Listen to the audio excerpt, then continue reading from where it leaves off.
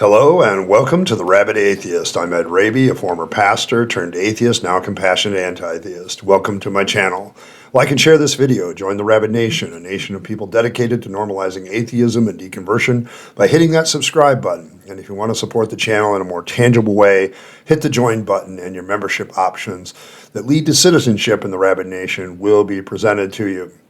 Today I have decided to switch the format of Thursdays and do a more of a reaction and response format to either theists that propose reasons to believe in God or atheists, people that propose reasons why not to believe in God. I'm going to try to find both and go back and forth. And basically at this point, I would just want to talk about faith and belief.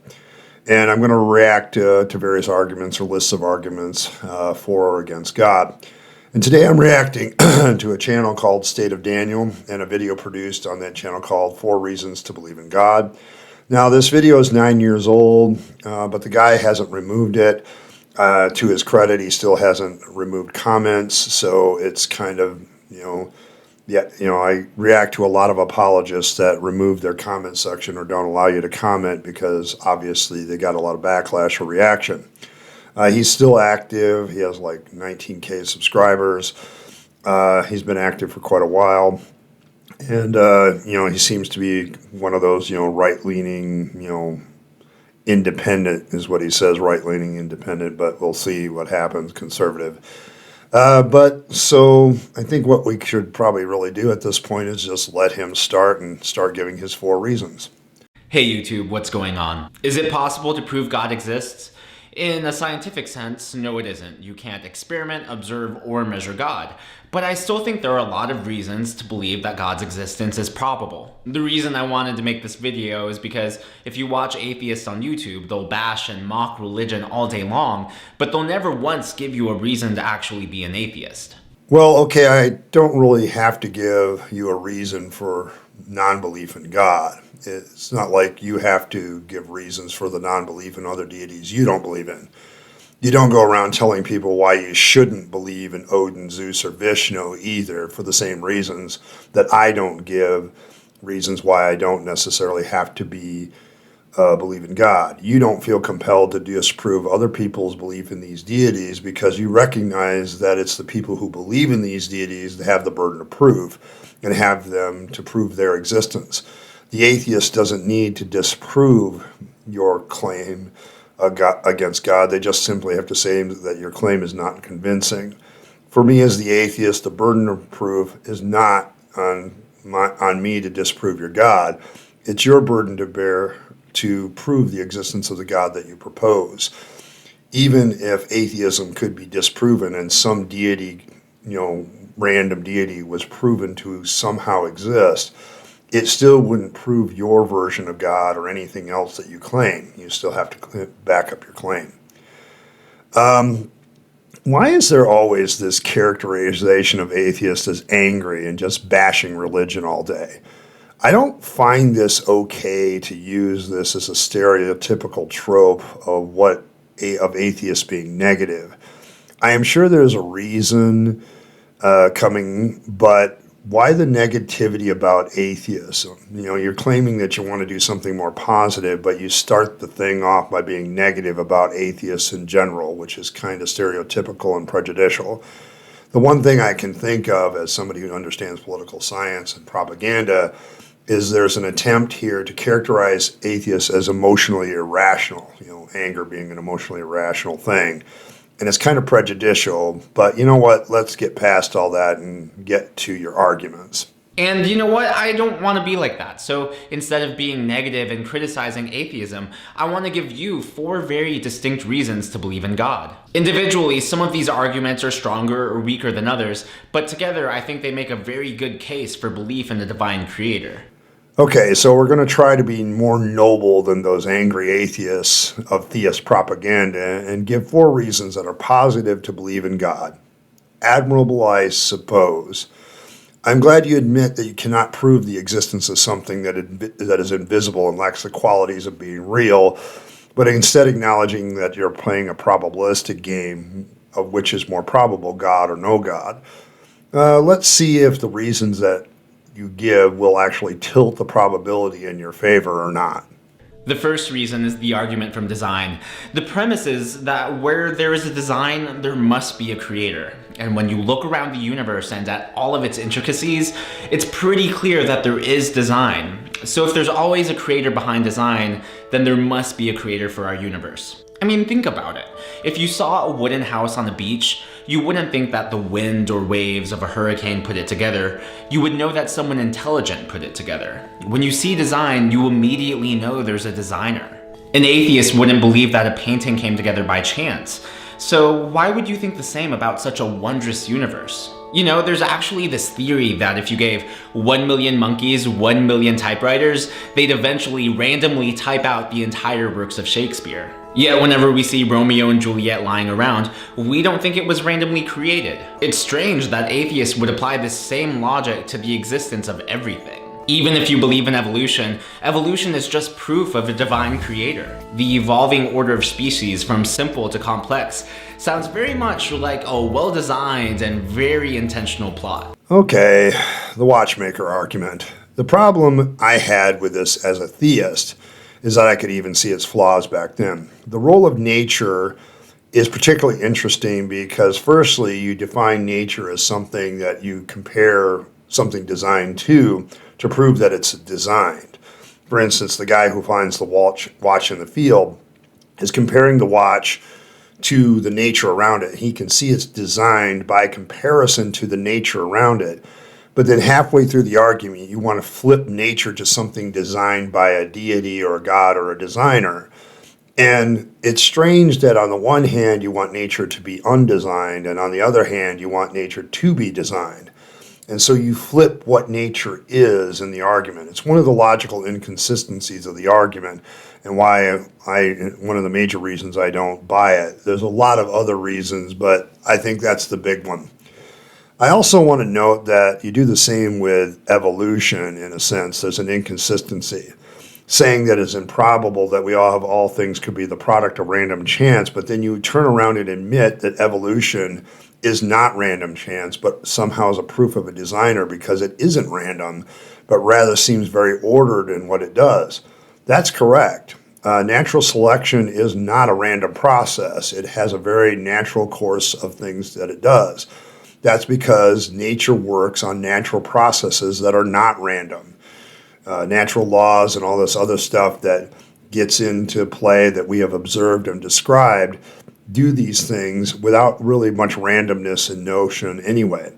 The random notion with chance thrown in has always just demonstrated that creationists and theist types don't really understand many of the characteristics of scientific theories and what scientific theories are saying.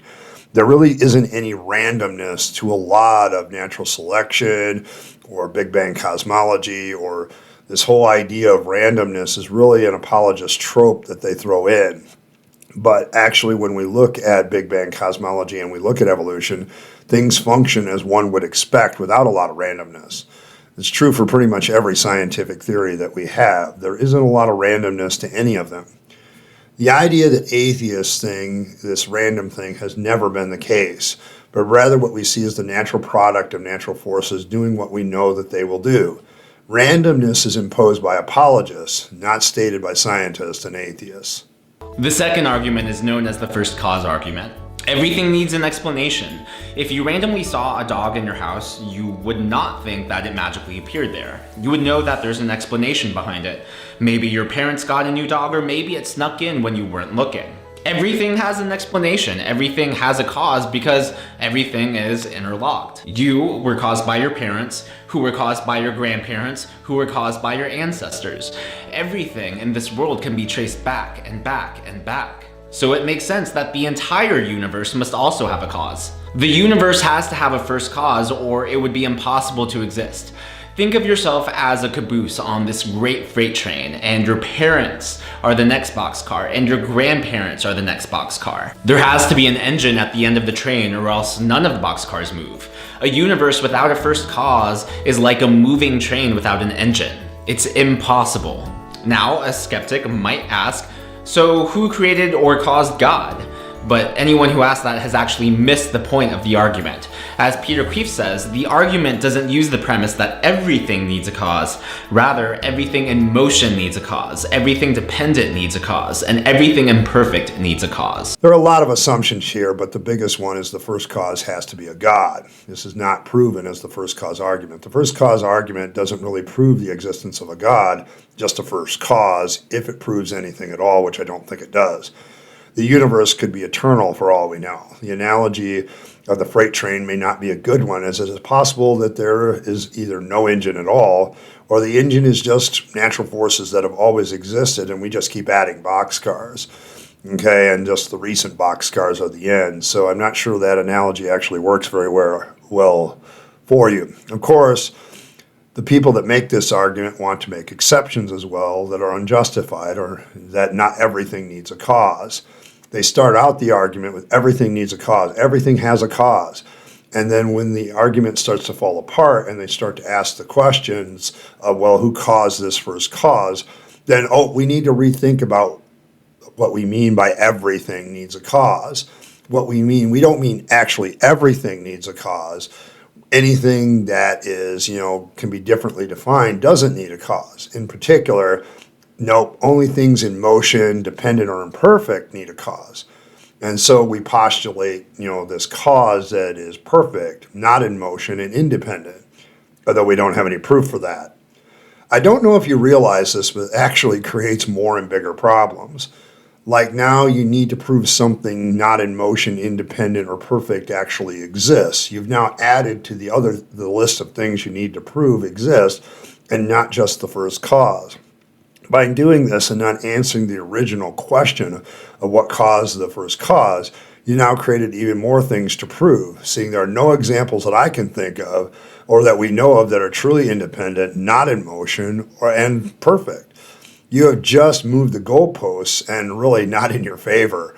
It's a sophisticated special pleading for the idea and quite frankly is evasive, and I've seen apologists do this a lot. I don't think you actually do yourself any favors because now you've just given yourself a whole bunch of more things to prove. Okay, so give me an example of an independent cause. Give me an example of something that, is perfect. Give me an example of something, that does all this that we can see to prove that such a possibility even exists. You don't even do that. You just kind of punt and avoid the original question. And avoidance isn't exactly intellectually honest. And of course, the God of the gaps issue comes up both with this and the watchmaker argument. You still have to justify why God is the designer and the first cause in the face of many other options. You don't just get to win the argument by default and throw God into that gap of our knowledge. You have to justify that God belongs there. As an atheist, I have a much easier time of this and saying, I don't know. And I'm very comfortable with the answer of I don't know and that I may never know. But I also realize that I don't just get to throw whatever cause in there or whatever designer, quote unquote, in there that I want, okay, just because I don't have another alternative explanation. The thing about it is you have to prove that there is a designer and it's the designer that you postulate and that he belongs in that role, or she or it, or you have to prove that this God you suppose is indeed the first cause. You still haven't connected that dot. You may prove there is a designer or you may prove there is a first cause, but you still haven't proven that that's God. You're still a million miles away with that. The third reason is the argument of miracles. I can't perform miracles and you can't perform miracles. In fact, miracles can't come from any humans and they can't come from nature. So if miracles exist, then so must God.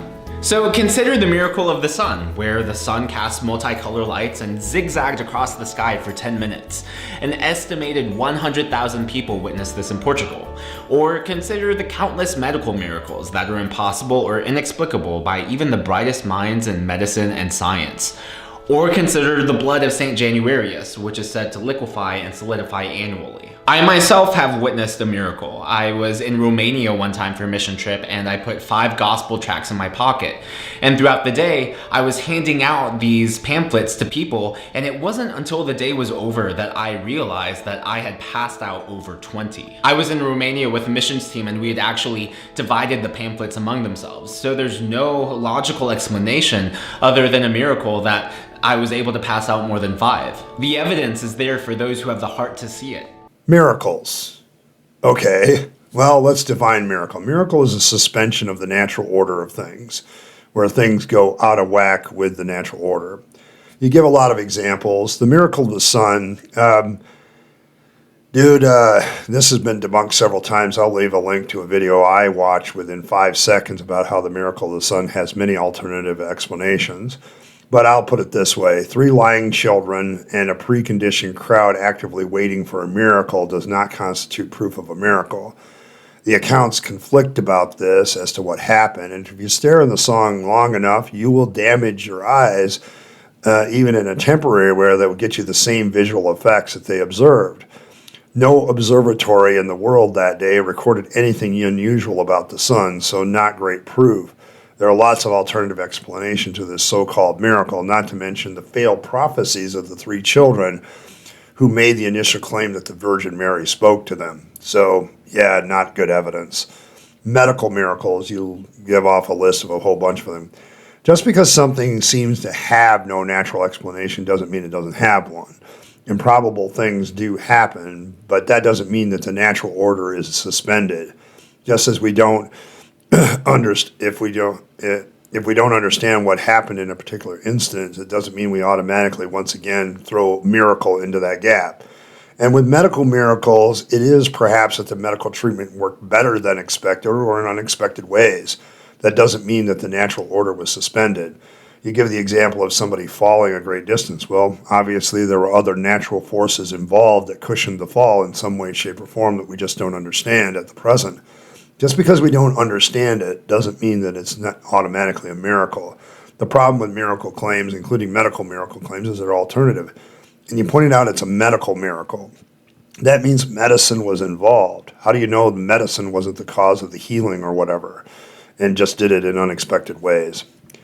Then you bring up the blood of this saint whatever, Januarius. I assume that he must be, the guy that has the blood congeal and go liquid and congeal back again every January 1st.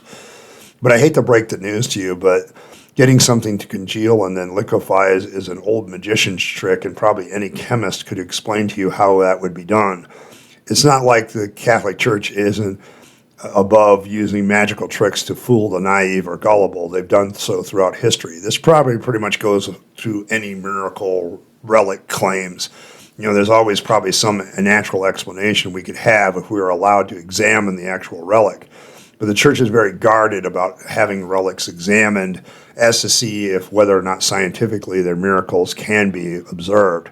This goes for everything from the Shroud of Turin all the way to this saint's blood congealing and then going liquid and back again. Yeah, okay. Your own story has some holes as well that I would like to fill. I'm not saying anything about your character or that you're being deceptive, although I haven't, as an atheist, ruled that out, seeing I deal with a lot of theists. But this is a personal experience story, so we only have your word for it. And there's no documentation that you only put 5 tracts in your pocket and then handed out 20. That's purely you telling us so. You could be very mistaken about how many tracts that you put in pocket or how many actually you handed out. And quite frankly, the story is a little vague on how you know that for sure other than your own observation. I would say that that doesn't constitute a lot of good proof that the miracle actually took place. You could have actually put 20 tracts in your pocket thinking it was 5. I've done that all the time. Miracles in general are usually not that miraculous. If you're predisposed to believe in them, then your confirmation bias will kick in at some point as proof of your observations that some event is a miracle. Often there are other explanations that are more mundane and natural. Saw this in the Pentecostal church. I've often relayed my story of how the woman went up to get prayed for a headache that she had when she was also under treatment for cancer. And somehow the story within a week became she went up to get healed of her brain tumor that was cancerous and got healed. And no matter how much she tried to tell this tale that wasn't true, the people still spread that rumor, and it eventually ended up in all the churches. And, eventually it got back around to me, and I heard the story, and it's like all she really did is had a bad headache and got prayed for, but somehow it ended up into this big miracle, and it wasn't. So understand that miracles have a way of growing in the telling. They're a lot like tall tales, and they often have other explanations that I could find. Particularly when you talk about medical miracles, perhaps the medicine just worked and worked better than we expected. The fourth reason is Pascal's wager.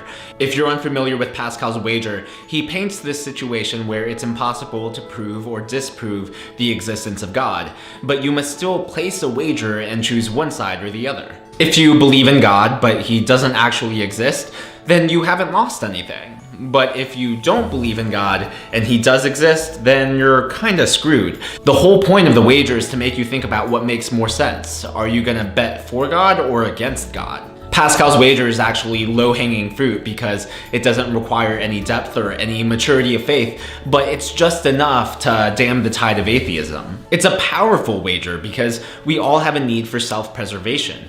Imagine if you were dying and you were in a room and there was a vial with medicine in front of you. It has a 50-50 chance of helping you. Would it be reasonable to try it? Of course. Either the medicine works or it doesn't work. Either God exists or he doesn't exist. If it turns out that God doesn't exist, then it doesn't matter how you bet. But if God does exist, then your only chance for eternal life and eternal salvation is to believe. So why would you or anyone bet against God? Atheism is a horrible bet because there's absolutely no chance of winning. And you know what? Whether you like it or not, we all have to play the game. We all have to make a bet because at some point or another, we all die. So if you're an atheist, are you confident in your bet? Can you be sure that there is no God? Oh, Pascal's wager again. I think the biggest weakness with the wager is it's an oversimplification of the options. I've done my own videos on the wager and point out that the main weakness of Pascal misses many variables and alternatives. It just isn't a four-box decision where believe, don't believe, and this is the result or the possible result, whether God exists or not. The fact is there's multiple versions of God, multiple versions of an afterlife that go beyond what Pascal even postulated. And I'd also point out that this isn't really proof for God, but rather a wager of deciding whether you should believe in God, and that's a completely different question. You're basically hedging your bets and hoping that you hedge your bets with eternity, but wouldn't God know that you're just believing in an attempt to save your own butt? That seems kind of disingenuous, and it seems like a God that actually exists would know that, especially if it's the postulated omni God. I disagree that if you believe in God and he actually doesn't exist, you haven't lost anything. You have lost much of your one and only life that you get, and that is far more significant because your one life is more precious because it is A, finite, and B, irreplaceable. You only get once, and once you use it up, it's gone. There is no afterlife. That is why I bet on no God and no afterlife. The odds of being right on the wager on the theist side are, in my opinion, a lot smaller because you have to bet not just on God, but on a specific God and the many options of eternity if they even exist. The chances and probability of your guess being right is far less than mine, who just simply says there is no God. The cost is actually far greater because you actually lose the one and only life that you actually can prove that exists. And instead, you only lose a dreamed fantasy afterlife. Okay, but you are right. This argument is low-hanging fruit, but not in the way you think.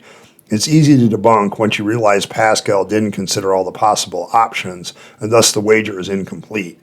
It also isn't an argument for the existence of God, so its effect on atheism is actually pretty minimal, actually. I think the stronger bet, and the one that I know is most beneficial to my life I have, is atheism. If it was true that this Pascal's wager had some sort of effect in slowing down the tide of atheism, why is atheism still growing? Apparently, a lot of people don't find this convincing, and probably for the same reasons that I don't. Perhaps this argument isn't as strong as you think it is. I actually win with atheism because I look at life without wishful thinking about death and eternity. Death and afterlife and some sort of eternity are not proven concepts. They're just asserted, and they have no evidence to back them up. I'm not betting on speculation, but rather on the reality of the one life I've been dealing with, and I try to deal with it effectively without that wishful thinking that somehow somebody's going to save me. My question to you is, are you sure that you have the bet on the right God and the right afterlife scenario? There seems to be more options than what you present here. Honestly, to me, when you really think about it, atheism is not only the safer bet, but a more realistic way to live. So that was the 4 reasons to believe it in God, and to be honest, I've heard them all before and still find them as unconvincing as ever. I do have to say this. I wish apologists would drop the angry atheist trope, because somebody who understands political propaganda, and propaganda in the sense of politics, I can see how it is used to make atheists seem irrational out the get-go. It's a poisoning of the well, and then you try to bring in your quote-unquote rational reasons to believe in God as a contrast. It's really a propaganda move, and you paint your opponent as emotionally irrational, and then you give supposed rational reasons to believe in what you want to believe, in this case, by God by contrast. The thing is, I just don't think that this is very convincing, and still don't think it's very convincing. None of these reasons. This is actually a list of 4 things that I actually would consider the worst reasons to believe. Probably if you added the moral argument, it would make it worse, but you left that one out, so there we go. We'll just say that these are 4 of the worst reasons to believe from my perspective. Well, that's it for Mr. State of Daniel and his 4 reasons to believe in God. And once again, I find myself disappointed in the fact that nobody's actually given me good reasons to believe in God. I handled all these when I was in apologetics class in Bible college and realized they were flawed and didn't really prove anything. So I kept searching for other ones and slowly realized that there's a pretty finite list of theists give to believe in God, and they keep going to the same well over and over. You'd think with more sophisticated ways to coming up with arguments for the existence of God and the more things that we know these days, that these arguments would get more sophisticated, but they don't. They keep doing the same tropes over and over again, and that's why I still find them unconvincing. And, I'm going to continue to bet on being an atheist because I think it's a safer bet. Anyway, thanks for stopping by. I'd be interested to hear some of your thoughts on this video and on Mr. Daniel and the State of Daniel and his reasons, whether you found them convincing or not, or there are better ways to put it. But on the atheist side, of course, I'm always interested in if there's ways to even improve my side in what I said. So, comment away in the comments. That's what Thursdays are about, the running discussion about the existence or non-existence of God and his attributes. So thank you very much once again for stopping by. And I want to give a special shout out to my members, to the people that are citizens and rabid citizens of the nation. You guys are the ones that support this channel. Not every video I do is about the likes and subscribes, and you are the ones that support the channel in that manner so that I can do other videos that help people that are deconverting. And so thank you very much. I appreciate it. And as always, live your best life. You only get one go around, and the safer bet is this is the only life that you're going to get. And so you better live it without wishful thinking and deal with the reality of it, and thus spend all your time, money, and opportunities on yourself, the people you love and care for, and to make this a better world, and don't waste them on the false promises and exaggerated claims of religion and faith. I speak from experience. And as always, thanks for stopping by, and I'll catch you next time.